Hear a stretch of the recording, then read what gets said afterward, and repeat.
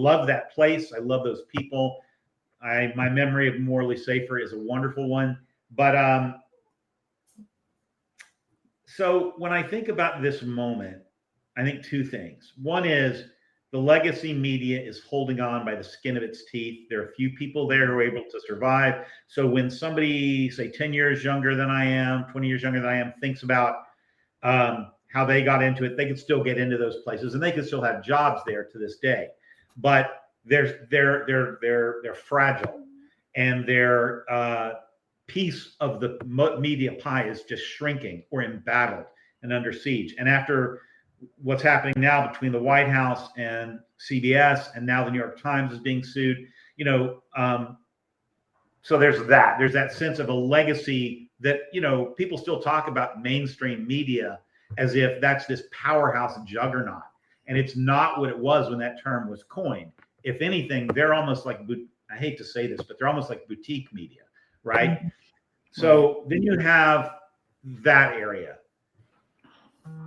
The world of social media, of TikTok, Instagram, Facebook, which is now arguably what we used to call the first draft of history, right?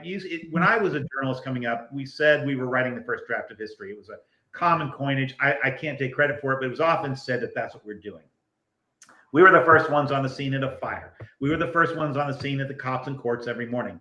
If you're at a daily paper, you do it all. So it was a real first draft of history stuff. And at that point, I remember at the Iowa City Press Citizen, I had a writer I was in a writing program in Iowa, and there was a Yugoslav writer there. And she would come to my office and ask to see the wires. I don't know if you remember the AP wires and the UPI wires, because that was a way to see what was happening in the world before the newspaper came out the next day. Mm-hmm.